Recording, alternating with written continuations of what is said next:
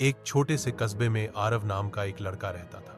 आरव बहुत होशियार था, दिमाग उसका तेज था, लेकिन उसमें एक बड़ी कमी थी, आलस्य। सुबह देर तक सोना, पढ़ाई को टालना, कामों को बाद के लिए छोड़ना और मोबाइल में बेवजह समय गंवाना, ये सब उसकी आदत बन चुकी थी। उसके माता पिता रोज समझाते, बेटा समय की कीमत समझो, वरना जीवन पछतावे में बीतेगा। लेकिन आरव हमेशा हंसकर बात टाल देता। आरव के पिता एक स्कूल में अध्यापक थे। वह मेहनती और अनुशासन प्रिय इंसान थे।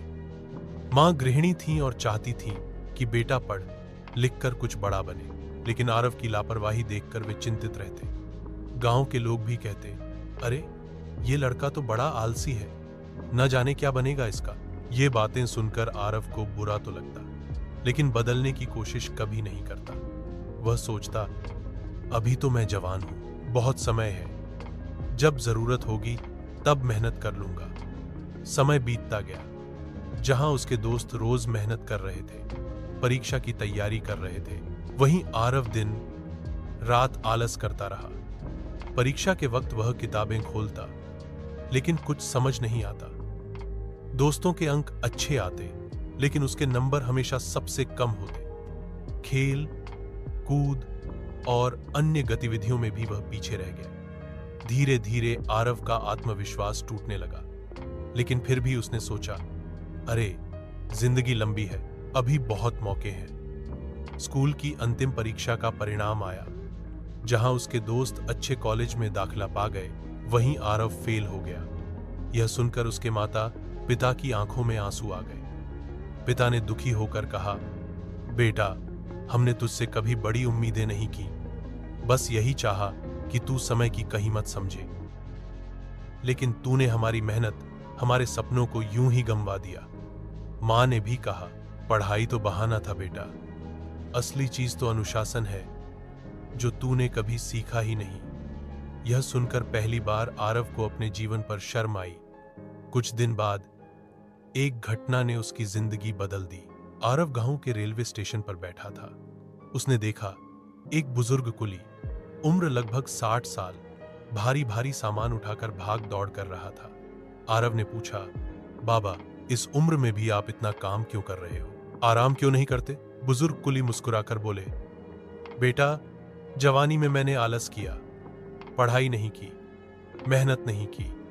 सोचा था वक्त बहुत है, लेकिन जब समझ आया तब तक बहुत देर हो चुकी थी। आज बुढ़ापे में भी पेट पालने के लिए काम करना पड़ता है। अगर जवानी में समय का मोल समझ लेता तो आज आराम से जी रहा होता।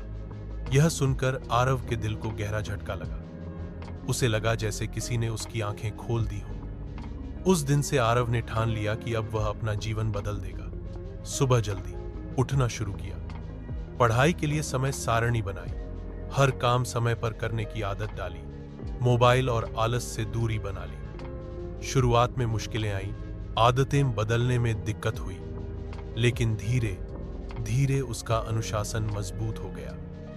आरव ने मेहनत करना शुरू किया।